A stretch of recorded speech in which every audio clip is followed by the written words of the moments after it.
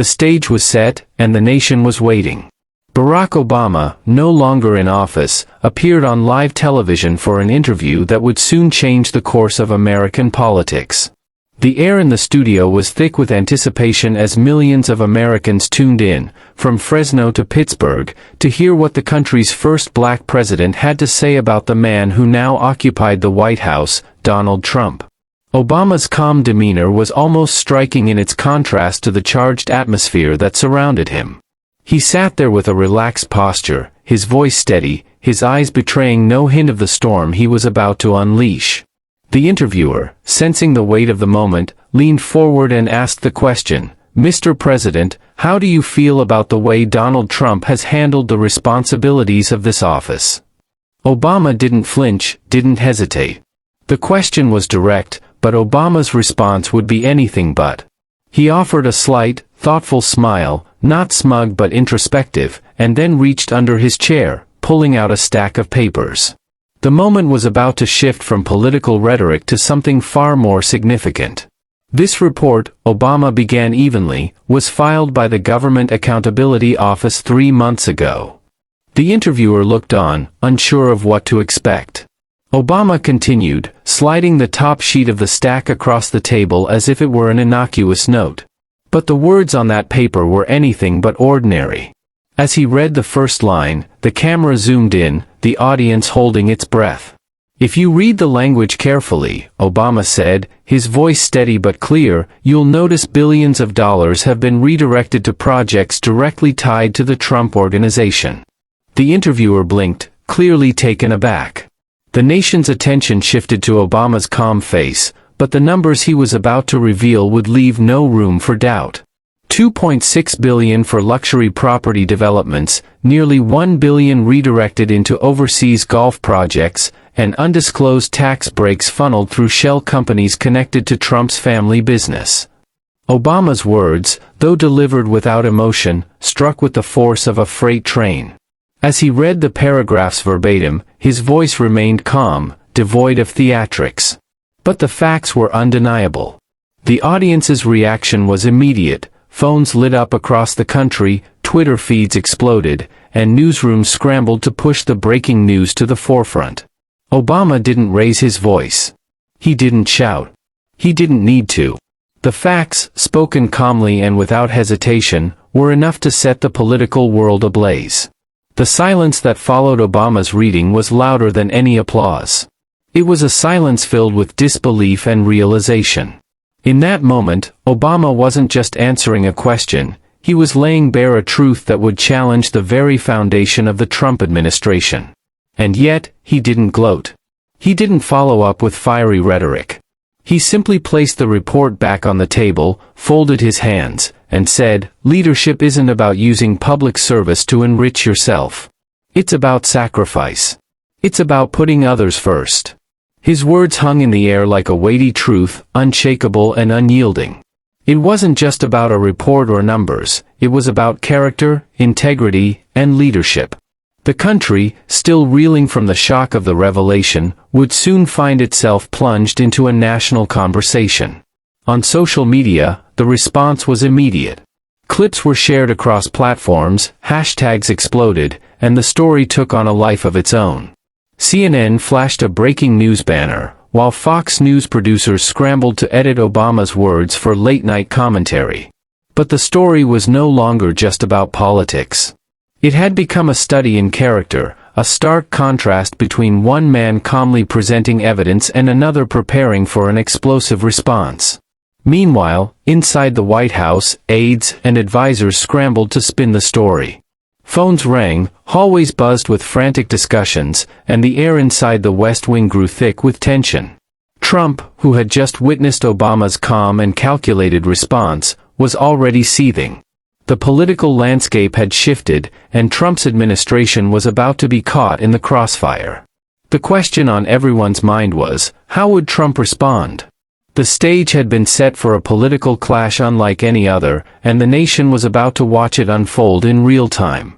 The contrast between Obama's composed demeanor and Trump's volatile temper would soon become the defining narrative of the moment. As Obama sat back in his chair, his hands folded neatly, his demeanor unbothered by the storm he had just created. The cameras captured his quiet confidence. Obama had said what needed to be said. He had presented the facts, laid them bare for all to see. Now, it was up to the rest of the world to process what he had just revealed. Meanwhile, across the country, viewers were still digesting the gravity of what they had just witnessed. In homes, bars, restaurants, and offices, conversations began to stir. People were talking, not just about the numbers Obama had read, but about the way he had done it. His calm, measured tone had set the stage for a larger conversation. What kind of leadership did America really want? The one who stood silent, presenting evidence, or the one who would soon explode with rage in front of the cameras? The questions were piling up, but one thing was clear: Barack Obama had just changed the narrative. The calm before the storm had arrived, and the political world was about to be rocked by the truth that couldn't be ignored. The nation would never be the same after this moment. Stay tuned as the storm brews. As Barack Obama's interview continued to unfold, something extraordinary happened. The world had just witnessed the calm, calculated power of truth, and now the clock was ticking. The silence that followed Obama's reading was deafening. It wasn't the kind of silence that invited reflection, however, it was the kind of silence that left a raw, jagged edge in its wake. Across the nation, people sat glued to their screens, phones buzzing in the background, knowing that what they had just seen was more than a political statement. It was a seismic shift. Obama's measured tone contrasted sharply with the emotional eruptions that were bound to follow. And as expected, the first to respond was none other than Donald Trump himself. The White House was immediately thrust into chaos. Within minutes of Obama's interview airing, the White House's press operation sprang into overdrive. The usual calm and prepared response to questions were now replaced with a frenzy of activity. Staffers were running through hallways, whispers of "damage control" circulating among the aides. In the Oval Office, Trump himself watched, seething as Obama's calm demeanor held steady in the face of the damning revelations. Trump's temper was already flaring, and everyone in the room knew it. The question was no longer whether he would respond, but when and how. It didn't take long. The next few hours would be marked by an outburst unlike any seen before. Trump stormed out of the Oval Office, the tension in his stride palpable. He was headed straight for the cameras, no notes, no speech prepared, just a raw, unfiltered rage. The world watched as Trump stood on the White House lawn, surrounded by reporters. With no introduction, he launched into a blistering attack. "That man is a disgrace, a total disgrace," Trump shouted, pointing directly at the cameras.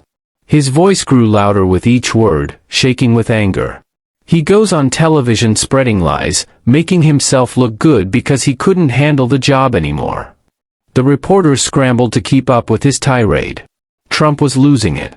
His words came in a furious barrage, attacking Obama, the report, and anyone who dared to question his leadership. "Everybody knows it. Everybody," Trump continued, his face red with anger. He accused Obama of being a bitter, jealous figure, attempting to tear down the very foundation of the country that Trump claimed to have built. But it wasn't just his words that were shocking, it was the contrast. The contrast between Obama's calm, deliberate reading of the facts and Trump's emotional, disjointed rant was striking. While Obama had been composed, measured, and respectful of the facts, Trump's outburst seemed almost desperate. He pointed his finger, shouted at the reporters, and called the entire situation a fake news conspiracy. He didn't attempt to reason or present evidence to counter Obama's claims. Instead, he doubled down on emotion, drowning out any semblance of rational argument with a tide of personal attacks. The media, in turn, couldn't help but amplify the difference. Clips of Obama's steady voice reading from the report were juxtaposed with Trump's outbursts. The contrast couldn't have been starker. Obama, calm and composed, speaking truthfully, and Trump, loud and angry, trying to defend the indefensible. The visuals spoke for themselves. Back inside the White House, aides were already scrambling to handle the fallout. Senior advisors were arguing in hushed tones, desperate to find a way to control the narrative. Trump's temper had erupted, and now the damage had been done. No one could have predicted how quickly things would spiral out of control. As Trump continued his rant on the lawn, the White House staff knew they had already lost control of the story. The interviews and public reactions were being dissected in real time, and no matter how much they tried to spin it, the damage was done. Trump had taken the bait, and now the narrative was shifting. His supporters, still loyal as ever, rallied behind him. They called Obama's interview a cheap shot, an opportunistic attack on a sitting president. But even Trump's allies couldn't ignore the spectacle. They couldn't help but notice the overwhelming contrast between Obama's dignified calm and Trump's fiery reaction. It wasn't just a political moment, it was a character test. And for many, the results were clear. Outside the White House, the response from everyday Americans was equally divided. Some were angry at Obama for what they saw as a personal attack on Trump, while others felt vindicated. For many, though, the moment was about something larger than the political figures involved. It was about leadership. What kind of leadership did they want to see? A calm, steady hand, or a reactive, emotional outburst?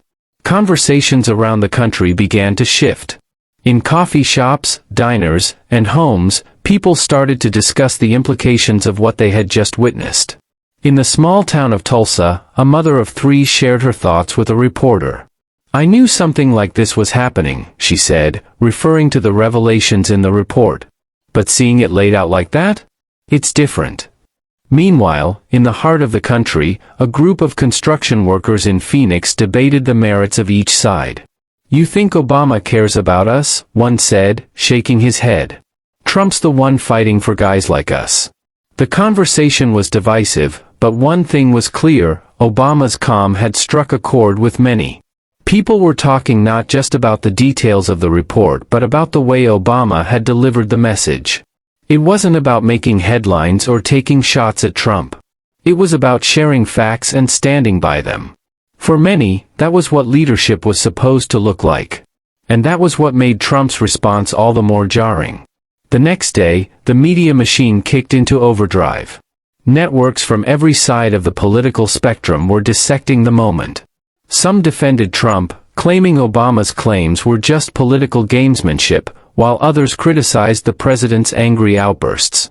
But one thing was indisputable: the country was watching. The contrast was clear.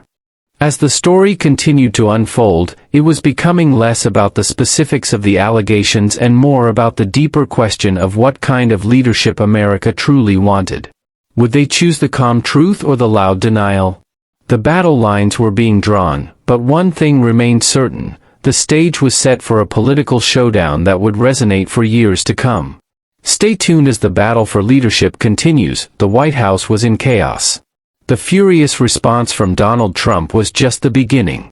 The emotional eruption that had spilled out onto the White House lawn sent shockwaves through the political landscape, but what was unfolding behind closed doors in the West Wing was just as significant. As Trump shouted accusations, his aides scrambled to contain the damage. The narrative had shifted, and now the White House was on the defensive. Senior advisors huddled in the Roosevelt Room, staring at the television screens as footage of Trump's outburst replayed over and over.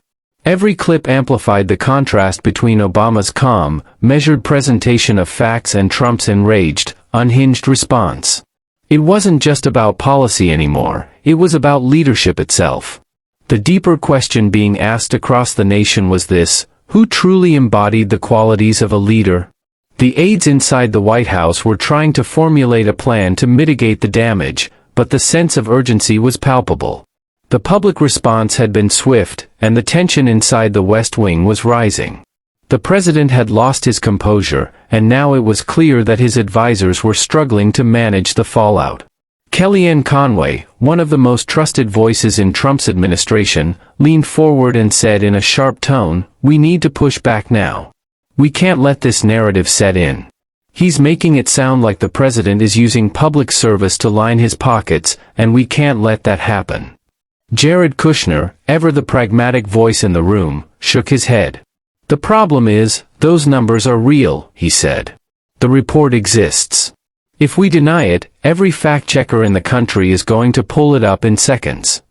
Another advisor, his frustration clear, snapped back, "So what?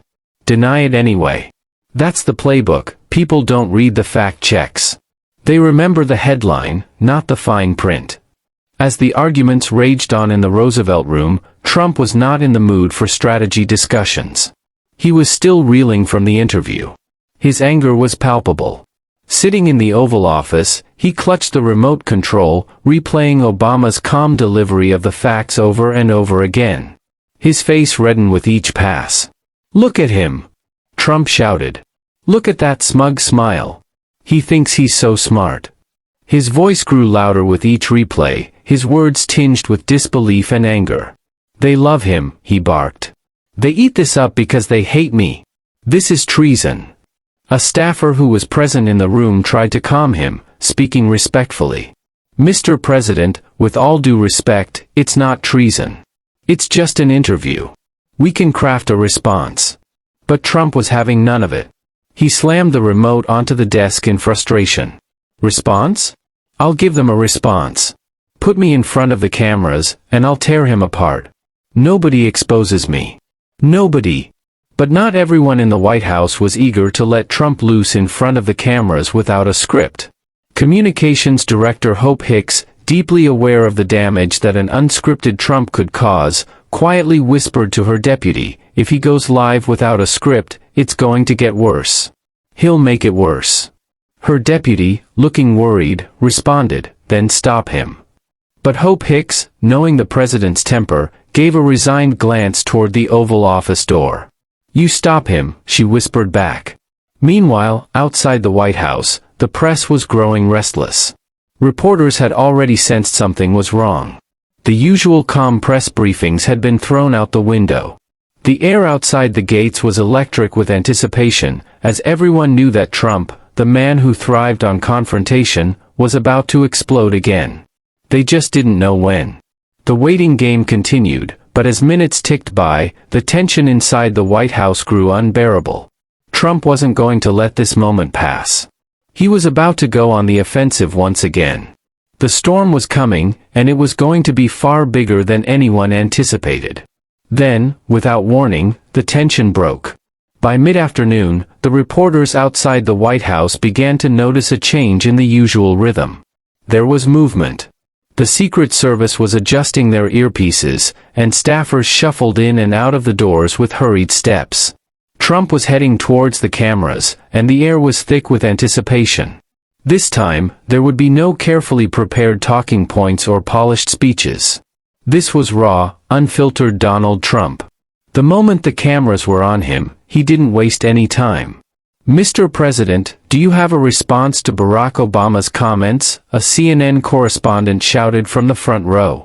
Trump, without a second's hesitation, pointed at the sea of microphones and unleashed his fury.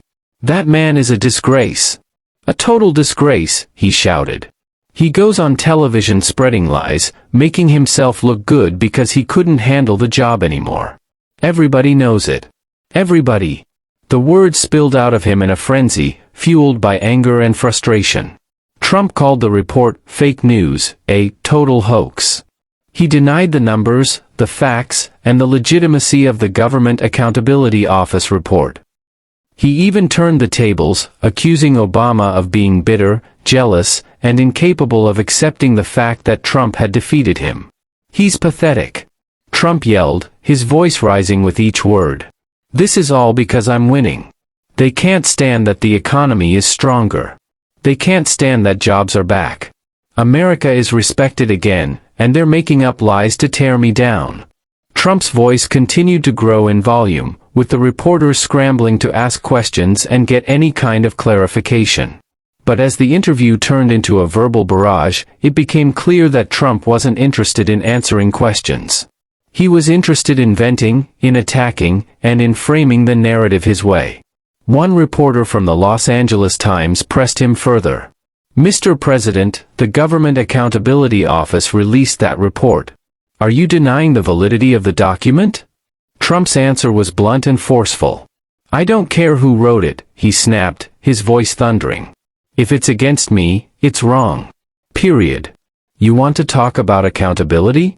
Where was Obama's accountability when he spied on my campaign? Where was his accountability when he left the country in ruins? He's bitter. Folks, he's bitter because I beat his legacy. That's what this is about. The confrontation continued for nearly 20 minutes, far longer than anyone had anticipated.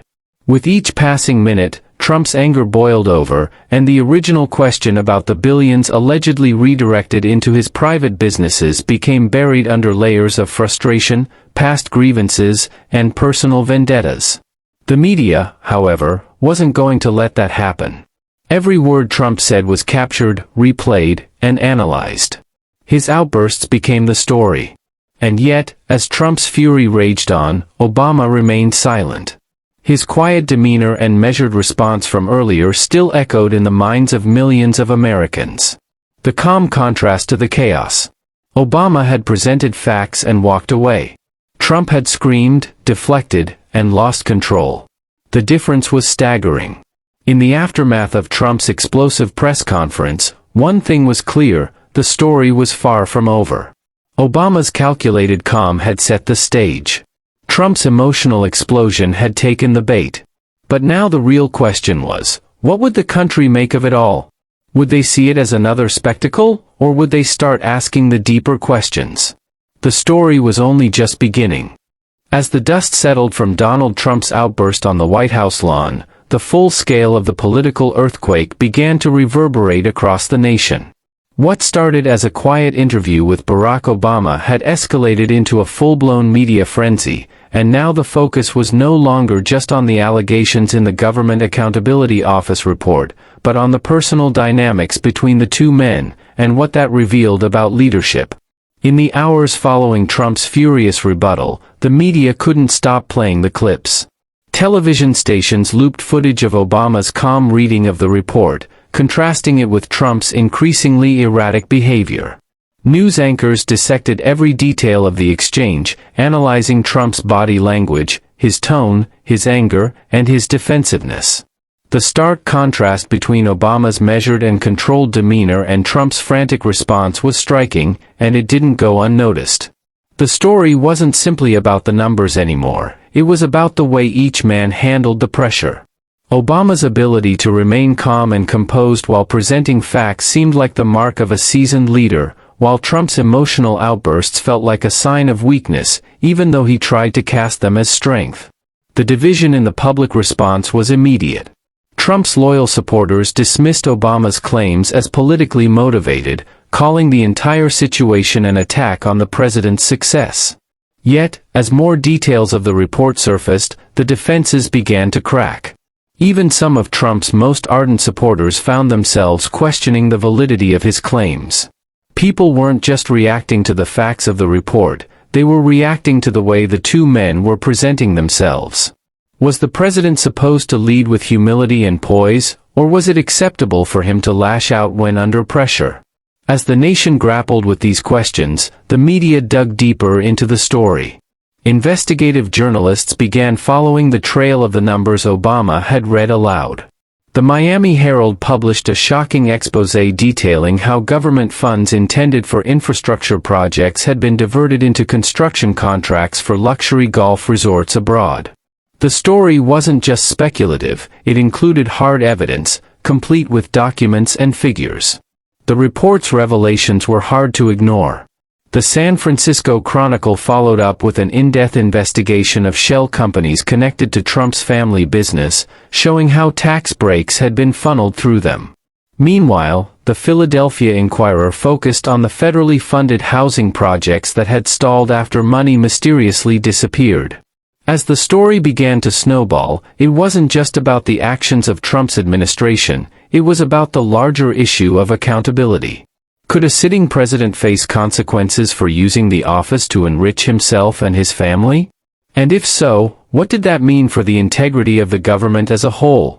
Across the nation, Americans were starting to feel a deep sense of betrayal.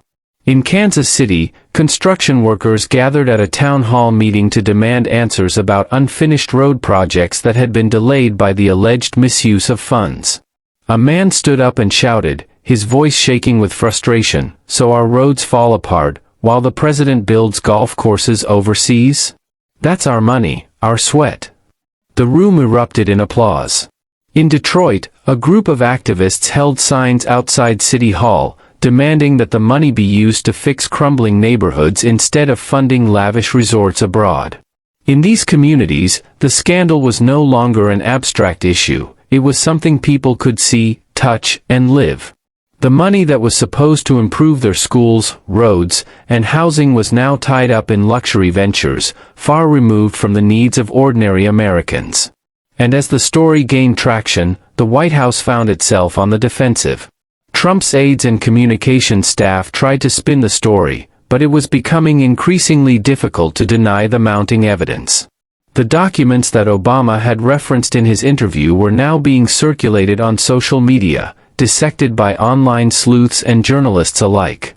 Every new revelation seemed to confirm the worst fears of those who had supported Obama's call for accountability.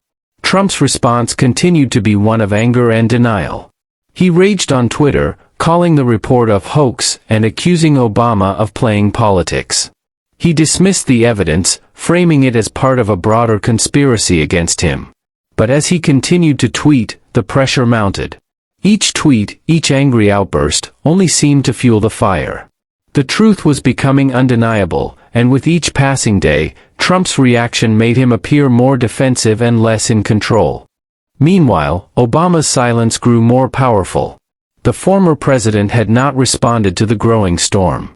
He hadn't issued any statements, and he certainly hadn't engaged in the kind of public sparring that Trump seemed to thrive on. Instead, he returned to private life, attending small community events, speaking softly about topics like education, voting rights, and climate change. But Obama's silence spoke louder than any words could. He had already said what needed to be said. The facts were on the table. Now, it was up to the nation to decide how to interpret them. For many Americans, Obama's quiet leadership became a stark contrast to Trump's chaos.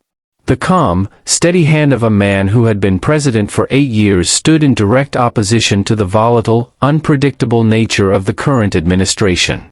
And as the scandal continued to unfold, the divide in the country deepened.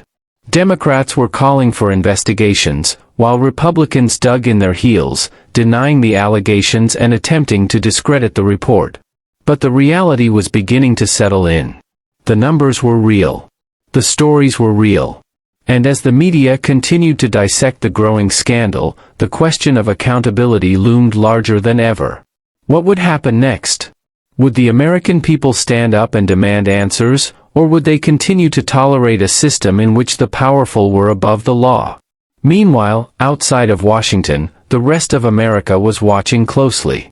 The contrast between Obama's calm and Trump's fury wasn't just a political story. It had become a broader conversation about leadership, integrity, and the future of the nation. At a diner in Amarillo, Texas, two older veterans sat across from each other, discussing the events of the previous week. One, a Trump supporter, shook his head. "He's under attack, I'd be angry too," he said. The other, quieter, looked at him and replied, "I've been under attack before. Anger doesn't get you through it. Discipline does." That word, discipline, began to resonate more and more as the days went on. It was a word that seemed to define Obama's approach, and a word that Trump's increasingly erratic behavior made all the more elusive.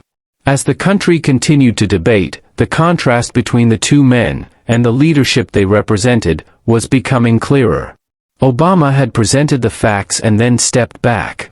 Trump, on the other hand, was fighting against the truth, and with every outburst, he only made it harder to deny. The country had reached a crossroads. The fallout from this moment would not be quickly forgotten. Stay tuned, as the story of accountability continues to unfold. As the days passed and the scandal surrounding Donald Trump's alleged misuse of government funds reached a boiling point, the country found itself at a critical crossroads. The divide between the two men, Barack Obama and Donald Trump, had become not just a political issue, but a moral one. The calm, steady demeanor of Obama, who had calmly read from the Government Accountability Office report, now stood in stark contrast to Trump's increasingly erratic behavior. For many Americans, this contrast was impossible to ignore. The story had shifted beyond the numbers themselves. It wasn't just about the billions allegedly redirected into Trump's private ventures or the tax breaks funneled through shell companies. It was about what those numbers represented. The fundamental question that had been raised by Obama's calm delivery was not about partisan politics, it was about leadership. The reaction to the fallout continued to ripple through the media. News outlets, once divided in their approach to the two men, now found themselves focusing on one central issue: leadership. The media, often accused of being partisan, could no longer ignore the fundamental question Obama had posed during his interview. Leadership isn't about using public service to enrich yourself, Obama had said. It's about sacrifice. It's about putting others first. Those words resonated deeply, even among those who had supported Trump. The idea that a leader should be held accountable for their actions, and not use their position to profit personally, seemed to have struck a chord with millions of Americans. Trump's response, on the other hand, had only fueled the fire. His anger, his fury, his accusations, all of it seemed to confirm what many Americans were beginning to believe, that his administration had become one of personal gain, rather than public service. And yet, the president refused to back down. Every time the media replayed the footage of his outburst, he doubled down on his narrative. It wasn't just about defending his actions, it was about attacking Obama, the press, and anyone who dared question him. It was the same deflection that had become a hallmark of his presidency. And as the storm raged on, the contrast between the two men grew even more apparent. Obama's silence, in many ways, became his greatest weapon. He didn't need to respond to every tweet or comment from Trump. His calm response, his disciplined leadership, had already done the work. For those who were paying attention, the truth was clear. Obama's measured response had become a symbol of integrity, while Trump's emotional outburst symbolized the unraveling of the political order. But the story didn't end there. As the media continued to dissect the fallout, new revelations began to emerge. Journalists and investigators continued to dig into the numbers that Obama had read aloud during his interview. They found that the claims in the Government Accountability Office report were not just speculation, they were backed by concrete evidence. The Miami Herald's in-depth reporting detailed how government funds, originally earmarked for infrastructure projects in struggling communities, had been funneled into Trump's private business ventures, including luxury hotels and golf resorts overseas. The San Francisco Chronicle followed suit, investigating how Trump's shell companies had been used to claim tax breaks meant for revitalizing struggling neighborhoods. The Philadelphia Inquirer uncovered how federally funded housing projects had been stalled due to the misallocation of funds. The evidence was undeniable, and the more journalists dug, the more it became clear that Trump's administration had been built on the back of taxpayer dollars funneled into private, for-profit ventures. The American people, already disillusioned by years of political chaos, began to demand accountability. In Kansas City, residents rallied to demand that their roads be repaired instead of lining the pockets of wealthy businessmen. In Detroit, community leaders held protests, demanding that the money meant for revitalizing their neighborhoods be spent on infrastructure rather than luxury properties. The outcry was growing, and for the first time in months, it seemed as though the country was beginning to unite around a single idea: accountability. But Trump's response remained the same. His anger and defiance only grew. His tweets continued to fly, filled with accusations of fake news and deep state conspiracies. He refused to engage with the reality of the situation. Instead, he attacked Obama and the media at every turn, framing the issue as a political attack rather than a matter of ethics and leadership. The more he raged, the more the country seemed to turn away from him. For Trump's loyal supporters, the narrative hadn't changed. They still saw him as a victim of a biased media, a man who had been unfairly targeted by those who hated him. But as the evidence mounted, even some of Trump's staunchest defenders began to waver. His emotional outbursts, his refusal to address the facts, and his consistent attempts to deflect blame left many wondering whether he was capable of leading the country with the integrity it needed. Meanwhile, Obama's absence became even more pronounced. He continued to stay out of the limelight, refusing to engage in the political drama that Trump seemed to thrive on. Instead, he focused on smaller community events, quietly encouraging people to vote, to stand up for what they believed in, and to fight for the values they held dear. His silence, far from being passive, became a powerful reminder of the kind of leadership that the country had once embraced. Obama's approach was a stark contrast to Trump's. While Trump screamed into the microphones, Obama let his actions, and the actions of his supporters, speak for themselves. As the scandal continued to unfold, it became clear that the battle wasn't just about numbers or policies. It was about the values that each man represented. Obama's message was one of integrity, responsibility, and public service. Trump's was one of deflection, blame, and personal gain. And as the months passed, the country began to realize something fundamental. Leadership wasn't about winning arguments. It was about how you handled pressure, how you stood by your values, and how you responded when the truth was staring you in the face. As Obama's calm leadership continued to resonate, Trump's chaotic responses began to fall flat. Even as the media continued to scrutinize him, Trump seemed unable to stop himself from escalating the situation. His outbursts only confirmed what many had already suspected, that his leadership was more about ego and personal vendettas than about serving the American people. And so, as the nation looked back on the events that had unfolded, it became clear that this moment in history would not be remembered for the numbers in the report or even the political fallout. It would be remembered for the two contrasting forms of leadership that had been on display. Obama, with his quiet strength and unwavering commitment to the truth, and Trump, with his explosive, uncontrolled reactions. The question was no longer about the scandal itself, it was about the larger lesson that the nation would take away. What kind of leader did the American people want? A leader who spoke truthfully, even when it was uncomfortable, or one who lashed out in anger and deflection? As history would show, the answer was clear. Integrity, in the end, would always outweigh volume. And those who led with truth, rather than with bluster, would be remembered as the true leaders of their time. The fallout from this scandal would continue for months, but the story of what had happened, the contrast between calm truth and angry deflection, would resonate for generations. For those who had watched it unfold, it had been more than a political battle, it had been a lesson in what true leadership looks like. And the country had made its choice.